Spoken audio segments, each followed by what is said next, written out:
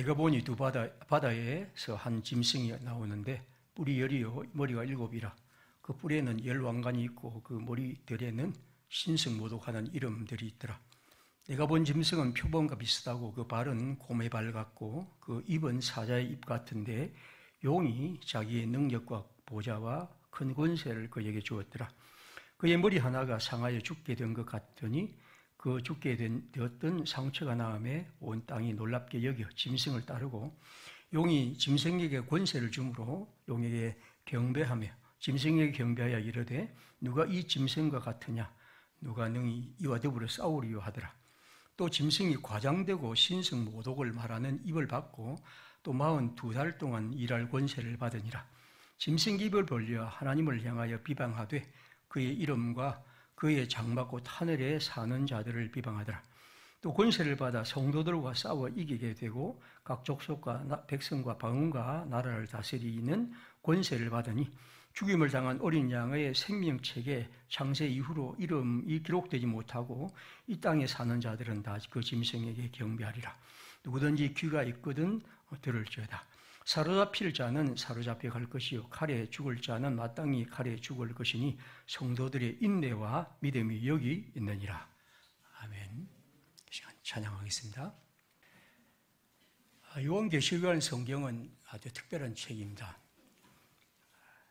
그리고 이 성경은 그 한 부분을 얘기하기보다도 전체를 이해하는 틀이 굉장히 필요한데 사실 이내 30분의 설교에 모든 얘기를 다룰 수 없음은 분명한 것이기 때문에 아마 이 부분을 좀 더 요한계시록 관심 있는 분들은 제가 우리 교회 홈페이지에는 수요일에 아주 오랫동안 전체를 강의를 했고 그 다음에 주일 오후에도 한 번 또 전체를 강의한 것이 있습니다.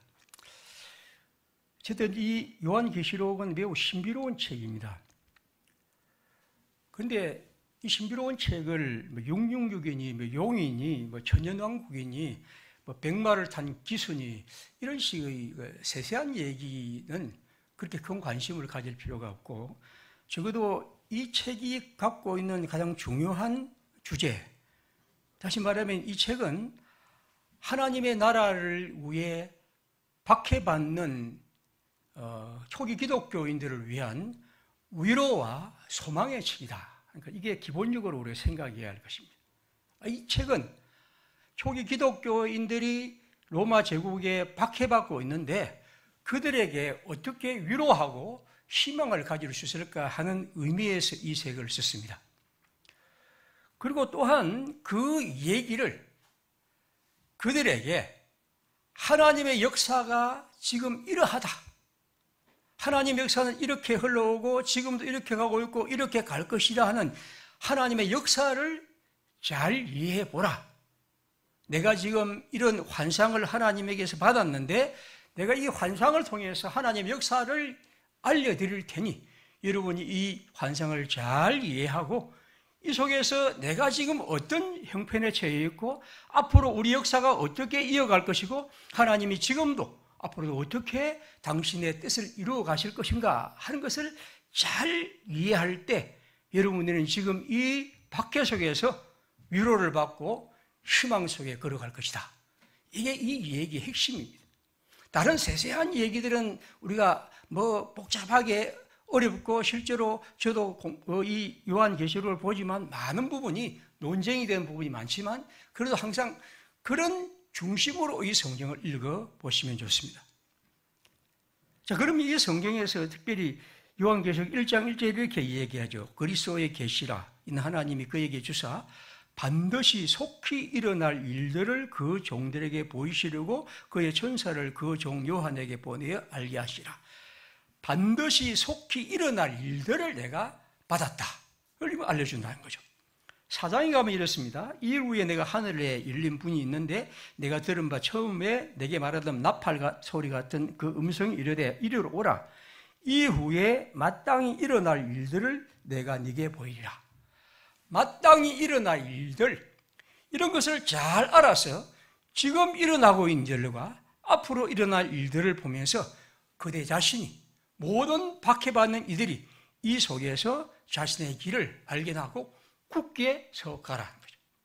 사실 그렇지 않습니까? 우리가 살아가는 가운데 내가 살아가는 일, 내가 겪는 일들이 도대체 무슨 일인가? 라고 끝없이 모르고 그냥 헤매기보다도 그 속에서 그것이 어떤 의미인지를 깨닫게 될 때 우리는 다시 힘을 얻을 수가 있는 것이죠. 요한계시록은 그런 의미입니다. 자, 그런 가운데 오늘은 요한계시록의 아주 중심 부분인 12장부터 13장이 요한계시록의 중심 부분이고 그 중에서도 오늘 13장 얘기를 드립니다. 오늘 얘기를 환상입니다. 요한이 본 환상을 보겠습니다. 1절입니다. 바다에서 한 짐승이 나오는데 보았어요. 바다에서 짐승이 하나 올라옵니다. 그런데 그것이 뿔이 10이고 머리가 7입니다. 그리고 뿔에는 10 왕관이 있고 그 머리들에는 신성 모독하는 이름이 있습니다. 그런데 그가 본 짐승이 아주 이상한데 표범과 비슷하고 그 발은 곰의 발 같고 입은 사자의 입 같고 용이 자기 능력과 권세와 보좌에 큰 권세를 주었더라. 용은 이제 앞에 12장에 등장하는 하나님에게서 쫓겨난 사탄을 말합니다. 이 사탄이 이제 땅에 쫓겨나서 이 땅에서 짐승에게 자기의 영을 힘을 불어넣는데 그 짐승이 여기 보면 뿔이 10이고 머리가 7이고 뭐 이런 10 왕관이 있었습니다. 일반적으로 신학자들이 이 사람을 당시 로마 제국의 도미티아누스 황제로 그렇게 봅니다. 그 당시 엄청난 박해를 했죠. 수많은 사람들이 죽임을 당했습니다. 자, 어쨌든 여기 표범, 곰, 사자 이런 것들은 그러니까 그들이 이제 기억할 때 가장 사납고 포각적인 그런 짐승의 모습입니다. 지금 이 짐승은 이런 여러 가지 것들이 생각이 돼 괴기한 짐승이 등장하는데 그것도 왕관이 있고 머리가 뿔이고 7이고 이런 것은 거대한 권세를 가졌다 하는 그런 의미를 갖습니다. 초인적인 권세를 갖고 악이 가득하고 강력한 힘이 있는 존재입니다. 그의 권세가 얼마나 큰 능력인지를 3절이 이렇게 되어 있습니다. 그의 머리 하나가 상하여 죽게 된 것 같으니 그 죽게 되었던 상처가 나음에 온 땅이 놀랍게 여기더라. 얼마나 이 짐승이 능력이 있는지 그의 머리 하나가 상하였는데 그러니까 아주 병이 들었습니다. 크게 상처가 났는데 누가 봐도 이제 이 머리를 이렇게 상해서 죽었다 라고 누구다 사형 선고를 내릴 정도였는데 그때 놀랍게도 그 죽게 된 상처가 나았습니다. 뭐 어느 의사가 고칠 수 없는 경이로운 놀라운 일이 일어나는 거죠. 그래서 온 땅이 놀랍게 여기더라. 물론 이건 이제 실제로 어떤 일인지는 우리가 알 수가 없습니다. 그런데 환상을 통해서 볼 때 참 지금 분명히 죽어야 할 그런 상처인데 낫게 되었다. 그것은 왜 그렇습니까? 사제 용이 짐승의 권세를 주었고 그래서 모든 사람들이 다 그에게 경배하고 어느 누구도 더불어 싸울 수 없게 됐습니다. 어쨌든 짐승은 이런 큰 권세를 받아서 이런 놀라운 일을 합니다. 세번역 성경이 이것을 치명적인 상처라 그렇게 옮기기도 합니다.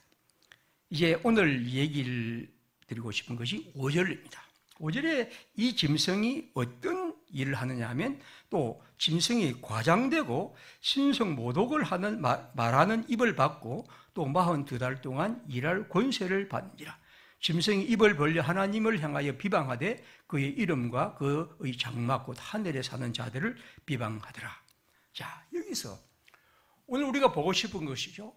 이 짐승의 특징이 뭐냐 하면 과장되고 신성 모독을 말하는 입을 받아서 그리고 6절에 보면 입을 벌려서 그 하나님을 비방하고 그리고 모든 하늘에 있는 어떤 영적인 존재를 비방하는 일입니다. 그리고 그 다음에 보면 모든 사람들이 다 그게 무릎을 꿇고 어느 누구다 하나님 그 짐승에게 다 그 무릎을 경배하는 얘기입니다. 오늘 이 요한은 우리에게 지금 하나님을 대적하고 하나님의 백성들을 박해하는 이 짐승, 즉 악의 세력은 그 특징이 과장되고 신성 모독하는 말하는 입을 받았다. 그죠? 과장되고 신성모독하는 입을 받았다. 이것이 하나님을 대적하는 자들의 특징이라는 거죠. 그리고 그것이 지금 이 시대의 그리스도인들을 박해하는 모습입니다. 과장되다, 신성모독다. 신성모독은 우리가 무슨 말인지 알겠는데, 과장되다는 말은 사실 이 번역은 굉장히 여러 가지가 가능한 말입니다. 어떤 사람은 교만하다, 막 그렇게 보통 옮기기도 하고, 어떻게 보면 아주 뭐랄까요, 과잉적, 뭔가 부풀려서 말하는 그런 것이기도 하고, 그러니까 자기의 능력 이상의 어떤 방식으로 말하는 거죠. 우리도 보면 우리 중에서 그런 사람이 있죠. 어떤 얘기를 할 때 아주 그냥 과도하게 말하는 그런 사람들이 있는 것처럼 그렇다는 거죠. 그런데 제가 볼 때 신성모독과 과잉으로 말하는 것은 같이 물려있다고 봅니다. 다시 말하면 자기 자신이 하나님, 이게 여기 있는 것처럼 이 짐승이 만약에 로마의 황제라면 그렇게 큰 권력을 갖고 힘을 발휘하고 모든 것을 지배하는 자라 하면 그가 등장하는 것이 과장되고 신성모독하는 말은 강한 거죠. 그 당시 로마 황제가 했던 중요한 말이 뭐냐면 자기 자신을 주와 신이라고 그리 불렀습니다. 라틴어로 그들은 나는 주와 신이다, 그렇게 불렀던 거죠. 자기를 주와 하나님이라고 불렀고 그것을 그의 통용 화폐에다가 적어두었습니다. 그리고 그는 앞에 말한 것처럼 거대한 놀라운 능력도 행하고 수많은 나라와 사람들이 그를 경배하고 있습니다. 그렇기 때문에 그가 등장하는 중요한 것은 그는 말로 교만하고 그리고 어스되고 과장되고 그리고 그를 통해서 하나님을 대적하고 있습니다. 보통 이제 요한계시록은 다니엘서와 상당히 관계가 있기 때문에 이 부분만 조금 더 보겠습니다. 약간 어렵게 들리면 한번 보겠습니다.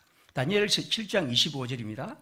그가 장차 지극히 높으신, 이건 이제 다니엘이 앞으로 말하는 환상입니다. 그가 장차 지극히 높으신 이를 말로 대적하며 또 지극히 높으신 이의 성도를 괴롭게 할 것이고 또 그가 때와 법을 고치고자 할 것이며 성도들은 그의 손에 붙임 바 되어 한 때와 두 때와 반 때를 지내리라. 때를 고친다는 것은 아마 새로운 달력을 만드는 것 같습니다. 다니엘 7장 8절입니다. 내가 그 뿔을 유심히 보는 중에 또 다른 작은 뿔이 그 사이에서 나더니 첫 번째 뿔 중에 셋이 그 앞에서 뿌리까지 뽑혔으며 이 작은 뿔에는 사람의 눈 같은 눈들이 있고 또 입이 있어 큰 말을 하였더라. 11장 36절 왕이 자기 마음대로 행하며 스스로 높여 모든 신보다 크다 하며 비상한 말로 신들의 신을 대적하며 형통하기를 분노하심이 그칠 때까지 하리니 이는 그 작정된 일을 반드시 이룰 것입니다. 제가 이 하나하나를 설명하지는 않겠습니다.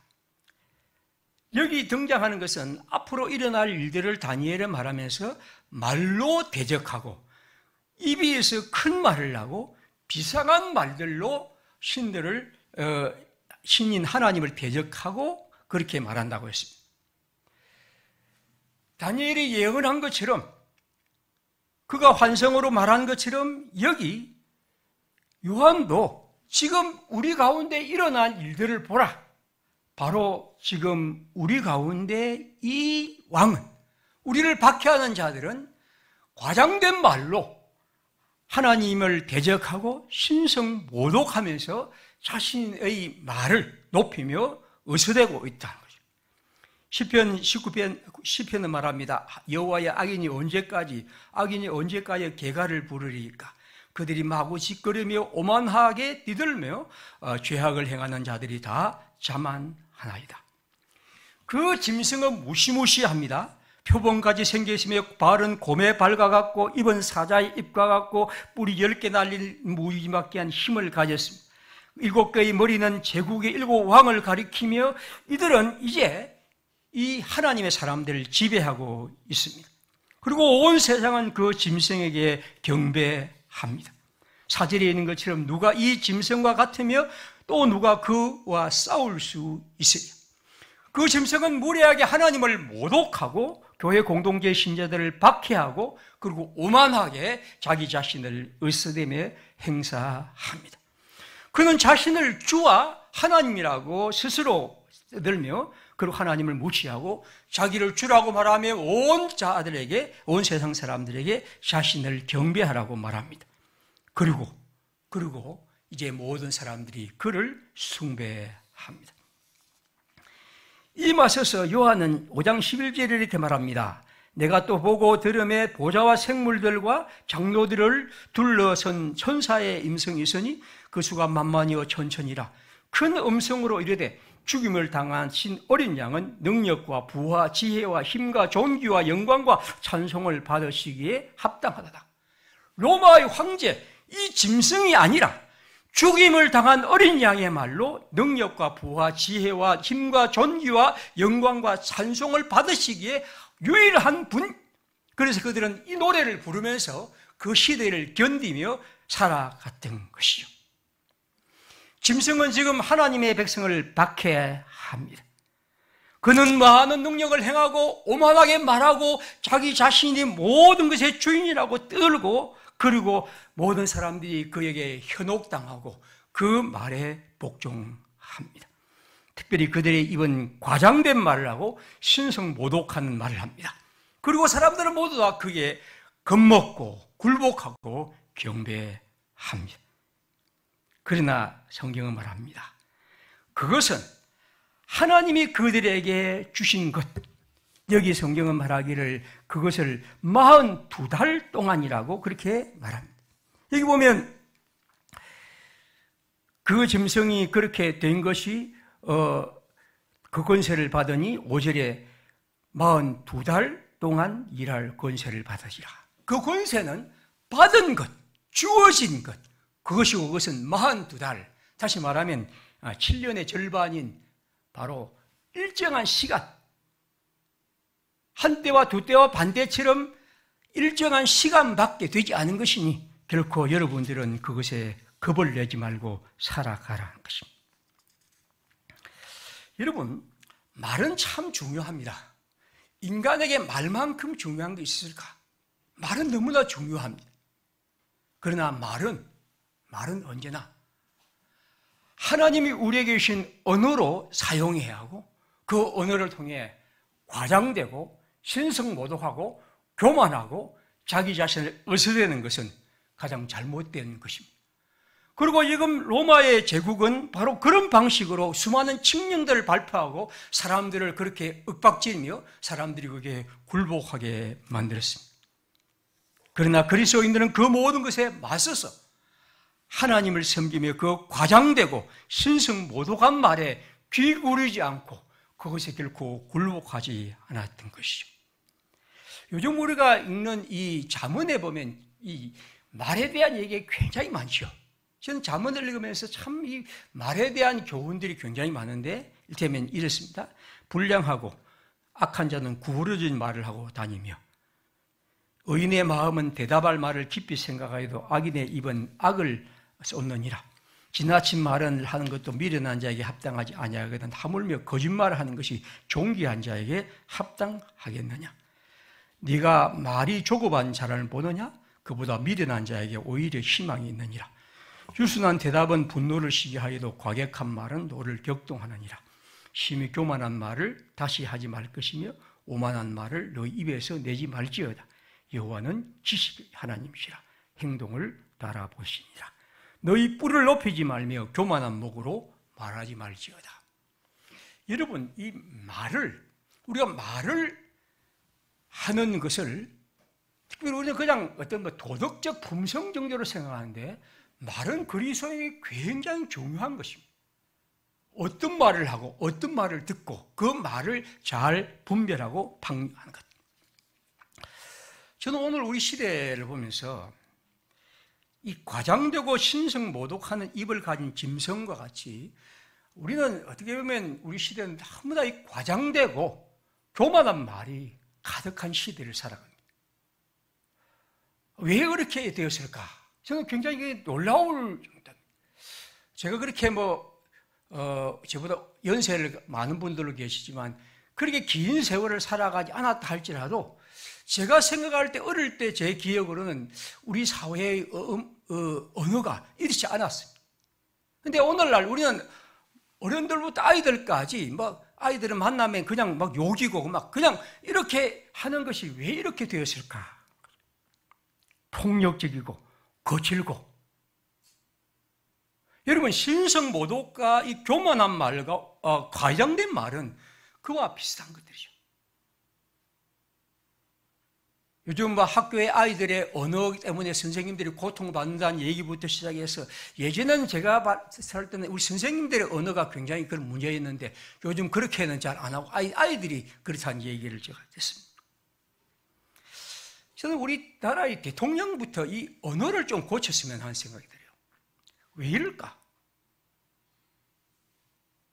시대의 정치 공작, 개판, 공산 전체주의 세력, 거짓 선동, 날조, 인권 운동과 행세, 거짓과 위장, 사기꾼, 농락.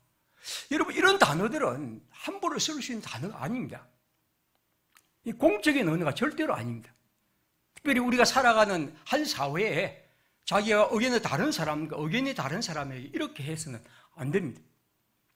우리 개인에서도 마찬가지입니다.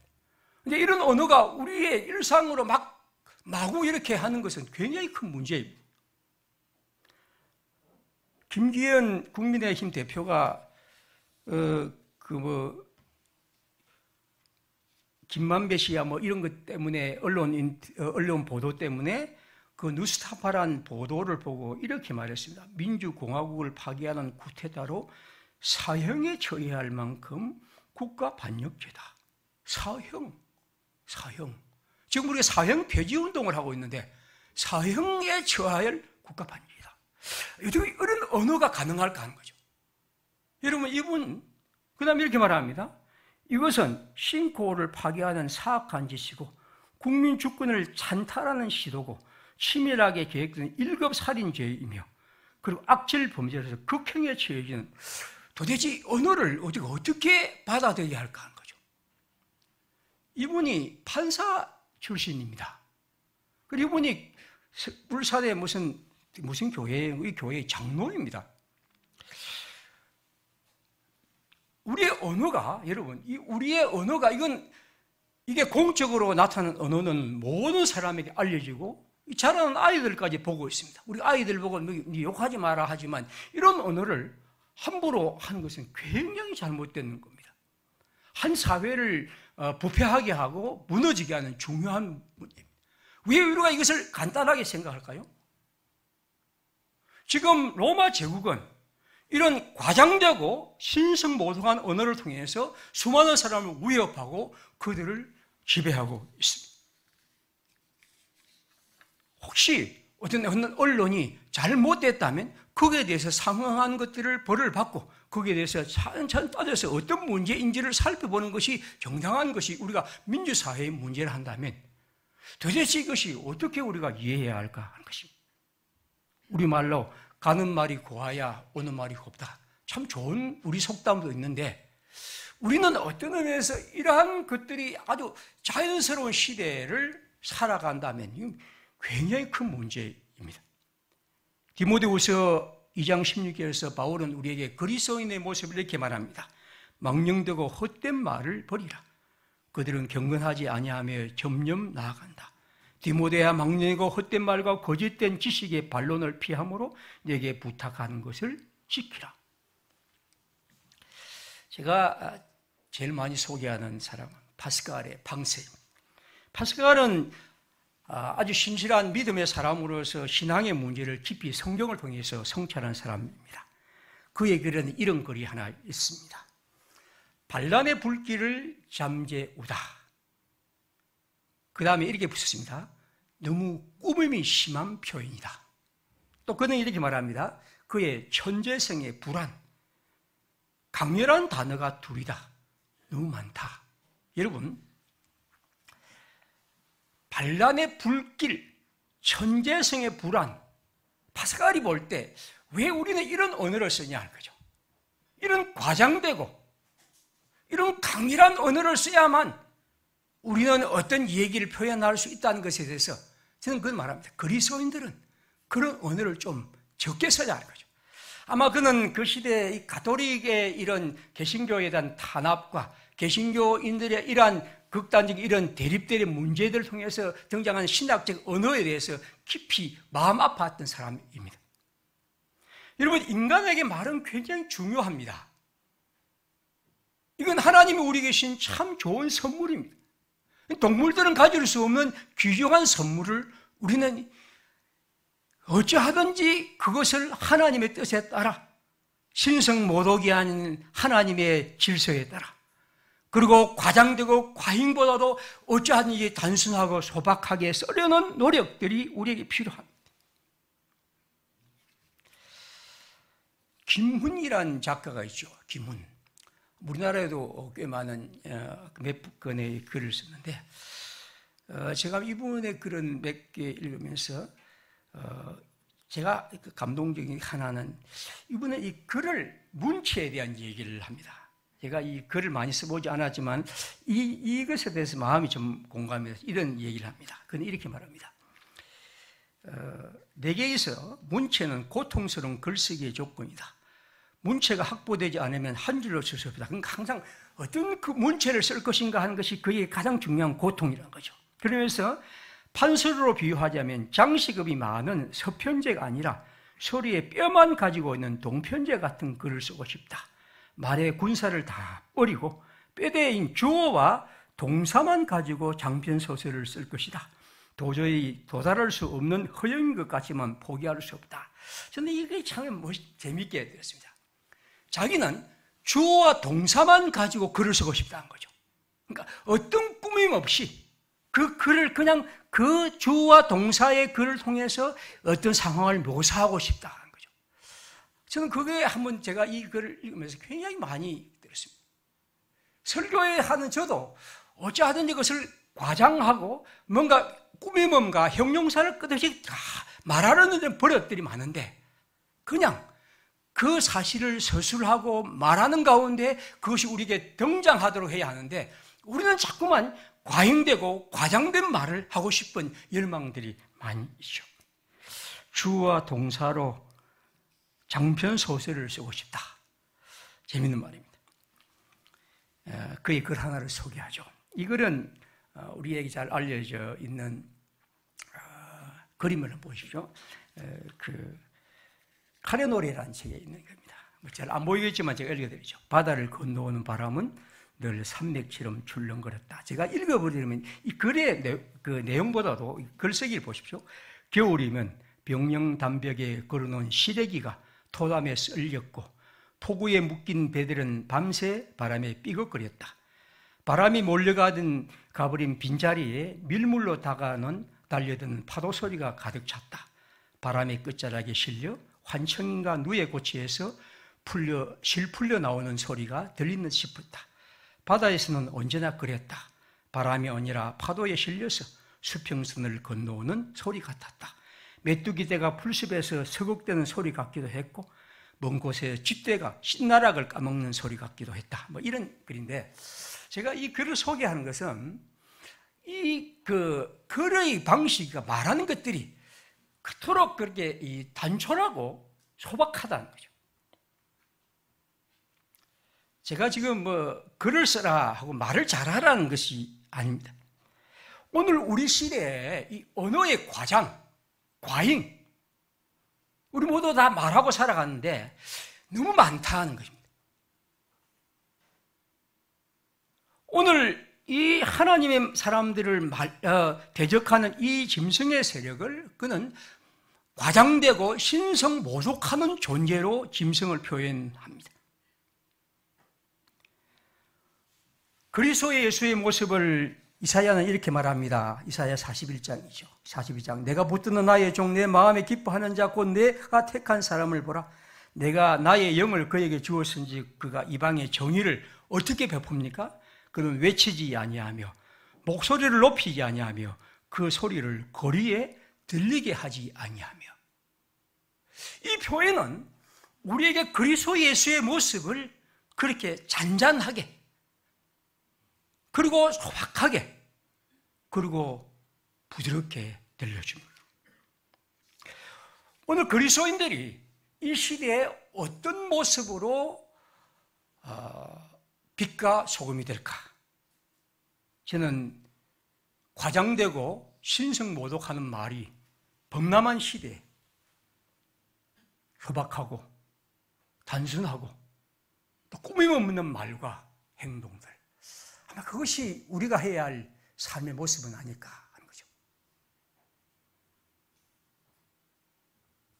오늘 우리 시대를 살아가면서 그리스도인들의 모습이 우리도 똑같이 과장되고 신성모독적인 형태로 우리 자신을 끝없이 부풀려고 자기 자신을 계속해서 과시하려는 이 욕망에서 벗어나 자기 자신의 모습을 그냥 자기의 작은 언어로, 그리고 작은 몸짓으로 보여주는 이것이 오늘 우리가 그리스도인의 모습이 아닐까 하는 것입니다. 조금 시간이 되지만 하나만 얘기하고 마치죠. 헬무트 틸리케라는 분은 독일 신학자인데, 이분은 이런 글 하나를 소개합니다. 언젠가 자기가 들은 얘기입니다. 한 사람의 장례식이 있었는데 젊은 남편이 아내가 새 아이를 낳고 죽었습니다. 생각해보세요. 갑자기 교통사고로 죽는데 이게 엄청난 고통이죠. 여러분, 여기에서 목사가 가서 장례식을 할 때 어떻게 해야 하겠습니까? 제가 만약에 갔다 둬도 막막할 것 같아요. 무슨 말을 할 수 있을까요? 그래서 이 사고의 허무함과 젊은 남편과 아이들을 보는 슬픔 앞에 목사는 압도되었고, 그래서 그는 한참 있다가 이렇게 말했습니다. 저는 이와 같은 시름과 고통의 때에 사용할 수 있는 성경 구절을 알고 있습니다. 이를테면 뭐 이런 것들. 그러나 저는 여기서 그 성경 구절을 말할 수가 없습니다. 제 자신의 아픔을 어떻게 극복해야 할지도 모르기 때문입니다. 나는 후에 좀 지난 다음에 당신께 이러저런 위로의 말씀을 드리겠습니다. 지금 내가 여기서 할 수 있는 것은 단 하나밖에 없습니다. 우리 모두 주님이 가르치신 기도를 드립시다. 그리고 그들은 그 장례식에 주님이 가르치신 기도를 드렸답니다. 그리고 놀랍게도 그 기도 후에 그 모든 사람들이 큰 감동과 위로를 받고 그 장례식에 가장 큰 하나님의 뜻을 알게 됐다는 거죠. 내 생각은 너희 생각과 다르며 내 길은 너희 길과 다름이니라. 이는 하늘이 땅보다 높음같이 내 길은 너희의 길보다 높으며 내 생각은 너희 생각보다 높음이니라. 이사야 55장 8절 9절. 저도 알고 있는 이 멋진 구절을 우리는 거기에 알려줄 수 있습니다. 그러나 여러분, 그 구절이 과연 거기에 어떤 의미를 줄 수 있을까요? 우리의 언어란 것은 여러분 엄청난 한계를 갖고 있습니다. 때로는 아무것도 말하지 않을 때 우리는 가장 깊이 말할 수 있는 자리일 수도 있습니다. 과잉과 과도한 언어의 시대, 수많은 말을 해야만 모든 것들을 알릴 수 있다는 이런 시대에서 오늘 우리는 그것 아닌 하나님의 백성의 길과, 그리고 우리의 고요하게 말없이 다가오고 심지어 침묵 속에 다가오는 하나님의 모습을 보는 것, 바로 그것이 우리들이죠. 잠언 18장 4절을 말합니다.